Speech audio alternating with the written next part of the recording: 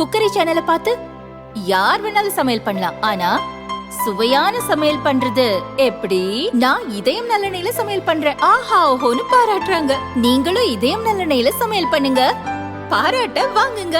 தினம் தோறும் வாங்குவே இதயம் இதயம். வணக்கம். செய்திச் சுருக்கம். வலுவடைந்தது குறைந்த காற்றழுத்த தாழ்வு பகுதி. தமிழகத்தின் மேற்கு தொடர்ச்சி மலையை ஒட்டியுள்ள மாவட்டங்களில் தற்போது கனமழை பெய்கிறது. மேற்கு திசை காற்றின் வேக மாறுபாடு காரணமாக தமிழகம் மற்றும் புதுச்சேரியில் இன்று முதல் 24ஆம் தேதி வரை இடி மின்னலுடன் மிதமான மழை பெய்யக்கூடும் என்று சென்னை வானிலை ஆய்வு மையம் தெரிவித்துள்ளது. இந்த சூழலில் மத்திய மற்றும் அதையொட்டிய வடக்கு வங்கக்கடலில் நேற்று காலை குறைந்த காற்றழுத்த தாழ்வு பகுதி உருவானது. இந்த குறைந்த காற்றழுத்த தாழ்வு பகுதி இன்று ஆழ்ந்த காற்றழுத்த தாழ்வு பகுதியாக வலுப்பெற்றது. தொடர்ந்து வடமேற்கு திசையில் நகர்ந்து அடுத்த 12 மணி நேரத்தில் காற்றழுத்த தாழ்வு மண்டலமாக வலுப்பெறும் என இந்திய வானிலை ஆய்வு மையம் தெரிவித்துள்ளது. அதன் பிறகு அது தொடர்ந்து வடமேற்கு நோக்கி நகர்ந்து நாளை ஒடிசாவில் கரையை கடக்க வாய்ப்புள்ளது. இதனால் நீலகிரி, கோவை, திருப்பூர், தேனி, திண்டுக்கல் ஆகிய மாவட்ட மலைப்பகுதிகளில் ஓரிரு இடங்களில் கனமழை பெய்யக்கூடும் என்றும் கூறியுள்ளது. 200 நாள்களில் 595 கொலைகள். கொலை நகரமான தலைநகரம். அதிமுக பொதுச் செயலாளர் பழனிசாமி வெளியிட்டுள்ள அறிக்கையில் கூறியிருப்பதாவது: யார் ஆட்சியில் இருந்தாலும் அங்கொன்றும் இங்கொன்றும் தனிப்பட்ட காரணங்களுக்காகவும் வக்கிர புத்தி படைத்தவர்களாலும் ஒரு சில கொலைகள் நடப்பது இயல்பு. குற்றவாளிகளை போலீசார் கண்டுபிடித்து கைது செய்வது நடைமுறை. ஆனால் திமுக ஆட்சியில் கொலைகள் செய்வதையே தொழிலாக கொண்டு பலர் தமிழகம் முழுவதும் சுற்றி சுற்றி வந்து வெறியாட்டம் ஆடுவதும், பல கொலைகளில் ஈடுபட்ட கொலையாளிகளை கண்டுபிடிக்க முடியாமல் போலீசார் திணறுவதும் கண்கூடாகும். பகுஜன் சமாஜ் கட்சி தலைவரும் வழக்கறிஞருமான ஆம்ஸ்ட்ராங் கொலை சம்பவத்தில் கூட நாங்கள் தான் செய்தோம் என்று தானாகவே முன்வந்து சிலர் சரணடைந்துள்ளதும், அதில் ஒருவரை சென்னை மாநகர் காவல்துறையினர் என்கவுண்டர் செய்ததும் விந்தையான சம்பவமாகும். காங்கிரஸ் கட்சியின் நெல்லை மாவட்ட தலைவர் ஜெயக்குமார் படுகொலை, சேலம் மாநகர் மாவட்டத்தைச் சேர்ந்த பகுதி கழக செயலாளர் சண்முகம் படுகொலை, மதுரையில் நாம் தமிழர் கட்சி நிர்வாகி பாலசுப்பிரமணியன் படுகொலை என்று கட்சி பேதமின்றி பல படுகொலைகள் அரங்கேறிய வண்ணம் உள்ளன. இவற்றில் ஒரு சில கொலை நிகழ்வுகளை தவிர ஏனைய குற்றங்களில் உண்மை குற்றவாளிகள் கண்டுபிடிக்கப்படவில்லை. உண்மை குற்றவாளிகள் இதுவரை பிடிபடாமல் இருப்பது பல்வேறு சந்தேகங்களை எழுப்புகிறது. 2021இல் திமுக ஆட்சிக்கு வந்த பிறகு தமிழகத்தின் தலைநகரம் சென்னை கொலை நகரமாக மாறியுள்ளது என்ற நிலையில் கடந்த 200 நாட்களாக தமிழகமே கொலைக்களமாக மாறியுள்ளது. திமுக ஆட்சியில் தமிழகம் முழுவதும் இந்த ஆண்டு ஜனவரி மாதம் 80 கொலைகளும், பிப்ரவரி மாதம் 64 கொலைகளும், மார்ச் மாதம் 53 கொலைகளும், ஏப்ரல் மாதம் 76 கொலைகளும், மே மாதம் 130 கொலைகளும், ஜூன் மாதம் 104 கொலைகளும், ஜூலை 17ஆம் தேதி வரை 88 கொலைகளும் என மொத்தம் சுமார் 200 நாட்களில் 595 கொலை சம்பவங்கள் அரங்கேறியுள்ளதாக செய்திகள் தெரிவிக்கின்றன. தமிழகத்தில் சென்னை மாநகரில் மட்டும் 86 கொலை சம்பவங்கள் அரங்கேறி முதலாவது இடத்தை பிடித்துள்ளது. இரண்டாவது மதுரையில் 40 கொலை சம்பவங்கள் நடைபெற்றுள்ளது. தூத்துக்குடி மாவட்டத்தில் 35 கொலைகளும், விருதுநகரில் 31 கொலைகளும் நடைபெற்று முறையே 3வது, 4வது இடங்களை பிடித்துள்ளன என்று செய்திகள் தெரிவிக்கின்றன. அடுத்தவர்கள் சொல்வதை நாம் ஏன் கேட்க வேண்டும் என்ற இருமாப்போடு இனியும் செயல்படாமல் சுய சிந்தனையோடு கொலை பாதகர்களிடமிருந்து மக்களை எப்படி காப்பாற்ற வேண்டும் என்று சிந்தித்து போர்க்கால அடிப்படையில் இந்த அரசு நடவடிக்கைகளை மேற்கொள்ள வேண்டும் என்று அதிமுக சார்பில் வலியுறுத்துகிறேன் என பழனிசாமி தெரிவித்துள்ளார். உயிர் தப்பியது எப்படி? ட்ரம்ப் சொன்ன முக்கிய தகவல். அமெரிக்க அதிபர் தேர்தலில் குடியரசுக் கட்சி சார்பில் முன்னாள் அதிபர் டொனால்டு ட்ரம்ப் போட்டியிடுகிறார். கடந்த 13ஆம் தேதி பென்சில்வேனியாவில் நடந்த தேர்தல் பிரச்சார கூட்டத்தில் ட்ரம்ப் பேசிய போது அவரை மர்ம ஆசாமி துப்பாக்கியால் சுட்டான். குண்டு காதில் உரசியபடி சென்றது. ட்ரம்ப் மயிரிழையில் உயிர் தப்பினார்.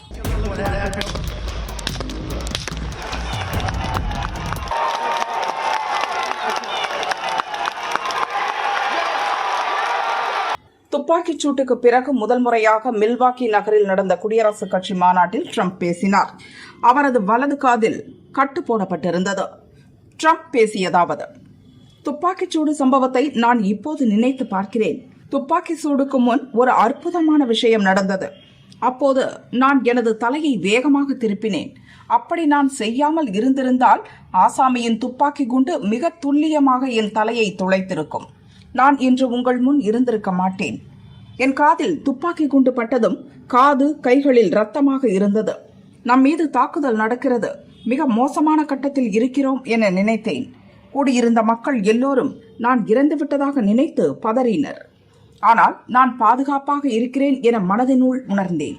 கடவுள் என் பக்கத்தில் இருந்தார். அதனால் நான் உயிர் பிழைத்தேன். என் மீது நடந்த தாக்குதலை நினைக்கும் போது வருத்தமாக உள்ளது. ஆனாலும் நான் இப்போதும் மிக உற்சாகமாக இருக்கிறேன். நமது சமூகத்தில் நிலவும் பூசல்களும் பிரிவினை மனப்பான்மையும் தான் இதுபோன்ற சம்பவங்களுக்கு காரணம். நாங்கள் அதை விரைவில் சரி செய்வோம். அமெரிக்கர்கள் அனைவரும் ஒன்றுபட்ட லட்சியத்துடன் மீண்டும் கிளர்ந்தெழ வேண்டும். இத்தருணத்தில் நாம் ஒன்றுபடாவிட்டால் நாம் வீழ்ந்து போவோம். ஒட்டுமொத்த அமெரிக்கர்களுக்காகத்தான் நான் அதிபர் தேர்தலில் போட்டியிடுகிறேன். பாதி அமெரிக்காவுக்காக அல்ல. பாதி அமெரிக்கர்களின் நம்பிக்கையை பெறுவதன் மூலம் வெற்றி கிடைக்காது. எனவே அமெரிக்காவை காத்திட பாடுபடுவோம். மீண்டும் சிறந்த அமெரிக்காவை உருவாக்குவோம் என ட்ரம்ப் கூறினார். There was blood pouring everywhere, and yet in a certain way I felt very safe because I had God on my side. I felt that.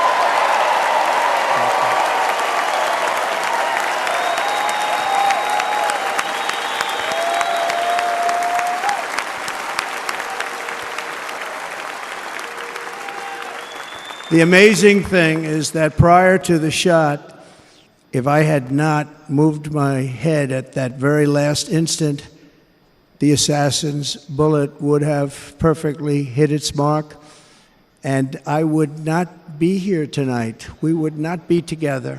I am running to be president for all of America, not half of America, because there is no victory in winning for half of America.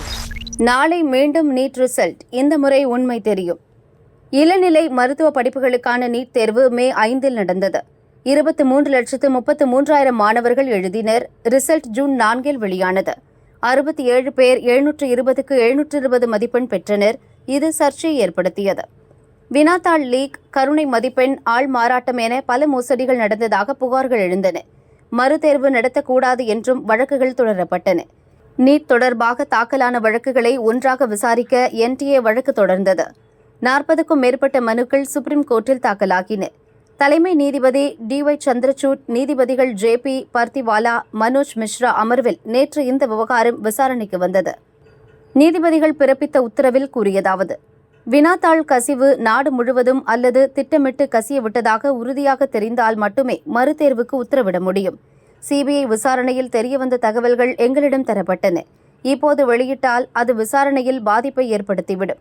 மோசடி செய்தவர்கள் தப்பிக்க வழிவகுக்கும். முதல்கட்ட தகவல்களின்படி ஜார்க்கண்டின் ஹசாரிபாக் மற்றும் பீகாரின் பாட்னாவில் வினாத்தாள் கசிந்துள்ளதாக தெரிகிறது.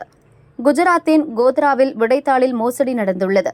ஒரு சிலரின் குறுகிய நோக்கமே தவிர தேர்வின் மதிப்பை குறைப்பதோ நம்பகத்தன்மையை குலைக்கும் முயற்சியாகவோ தெரியவில்லை. தேர்வு முடிவு ஜூன் 4 வெளியிடப்பட்டது. அதன்படி மாணவர்கள் ஒவ்வொருவரும் தன் மதிப்பெண் என்ன என்பதை மட்டுமே தெரிந்து கொள்ள முடியும். மற்றவர்கள் எவ்வளவு மதிப்பெண் பெற்றனர், எந்த தேர்வு மையங்களில் அல்லது நகரங்களில் அதிகமானோர் அதிக மதிப்பெண் பெற்றனர் என்பது தெரியாது. மதிப்பெண் பட்டியல் அடங்கிய முழு ரிசல்ட்டை சனி மதியம் 12 மணிக்குள் NTA தன் இணையதளத்தில் வெளியிட வேண்டும். தேர்வு மையம் வாரியாக, நகரம் வாரியாக பட்டியல் வெளியிட வேண்டும். மாணவர்களின் விவரம் மறைக்கப்பட்டிருக்க வேண்டும் என நீதிபதிகள் உத்தரவிட்டனர். இதன் வழியாக எந்தெந்த தேர்வு மையங்கள் அல்லது நகரங்களில் மோசடி நடந்துள்ளது என்பதை தெரிந்து கொள்ள வாய்ப்பு கிடைக்கும் என கூறி விசாரணை 22ஆம் தேதிக்கு ஒத்திவைக்கப்பட்டது. சம்பளம் கொடுக்க பணமில்லை, திணறும் பல்கலைக்கழகங்கள். பணமில்லாமல் தமிழக பல்கலைக்கழகங்கள் திணறுவதாக அதிர்ச்சி தகவல் வெளியாகியுள்ளது. தமிழக உயர்கல்வித்துறையின் கீழ் செயல்படும் 12 பல்கலைக்கழகங்கள் போதுமான நிதி இல்லாமல் தவிப்பதாக கூறப்படுகிறது. மொத்தம் உள்ள 13இல் அண்ணா பல்கலை தவிர மற்ற 12ம் தொடர்ந்து செயல்பட முடியாமல் நிதி நெருக்கடியில் சிக்கி உயர்கல்வி பாதிக்கப்பட்டு இருப்பதாகவும் கூறப்படுகிறது. துணைவேந்தர்கள் நியமிக்கப்படாததால் நிர்வாக சிக்கல், பேராசிரியர்கள் பற்றாக்குறை, நிதி நெருக்கடியால் சம்பளமின்மை போன்ற விவகாரங்கள் தலை தூக்கி உள்ளது. சென்னை பல்கலை, நெல்லை மனோன்மணியம் சுந்தரனார் பல்கலை, சேலம் பெரியார் பல்கலை, திருச்சி பாரதிதாசன் பல்கலை, மதுரை காமராஜர் பல்கலையில் நிதி நெருக்கடி மோசமாக உள்ளதாக புகார்கள் குவிந்து உள்ளன. நிதி நெருக்கடியை சமாளிக்க முடியாமல் துணைவேந்தர்கள் பதவிக்காலம் முடியும் முன்பே ராஜினாமா செய்வதாகவும் குற்றச்சாட்டு எழுந்துள்ளது. 1857 துவங்கப்பட்டு பெருமை சேர்த்த சென்னை பல்கலையில் கடும் நிதி பற்றாக்குறை ஏற்பட்டுள்ளது. ஊழியர்கள், பேராசிரியர்களுக்கு சம்பளம் கொடுக்க முடியாத நிலைக்கு தள்ளப்பட்டுள்ளனர். இதனால் ஊழியர்கள் கல்லூரிக்குள்ளேயே உள்ளிருப்பு போராட்டத்தில் ஈடுபட்டு வருகின்றனர். ஓராண்டாக துணைவேந்தர் இல்லாமலேயே சென்னை பல்கலை இயங்கி வருகிறது. இதேபோல மதுரை காமராஜர் பல்கலையில் 3 மாதமாக துணைவேந்தர் இல்லாத நிலை உள்ளது. அங்கும் கடும் நிதி நெருக்கடி உள்ளது.